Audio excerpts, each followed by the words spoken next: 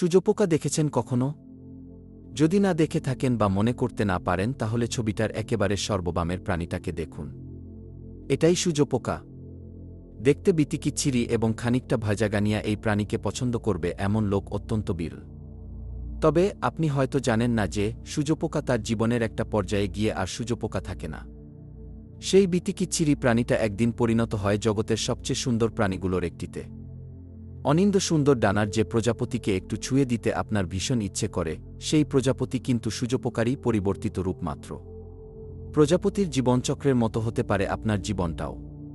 কখনো আপনাকে থাকতে হতে পারে সূচপোকার পর্যায়ে। চারপাশের কেউই তখন হয়তো আপনাকে পছন্দ করবে না, ঘৃণা করবে, দেখলেই দূরে সরে যাবে। কিন্তু মানুষের এমন প্রতিক্রিয়ায় হতোদ্যম না হয়ে যদি নিজের জীবনচক্রটাকে পূর্ণতা দিতে পারেন, সর্বোচ্চটা দিয়ে যদি নিজেকে বিকশিত করে সূচপোকার স্তর থেকে প্রজাপতির স্তরে উন্নীত করতে পারেন নিজেকে, দেখবেন চারপাশে তখন আপনাকে ভালোবাসার মানুষের আর অভাব হবে না।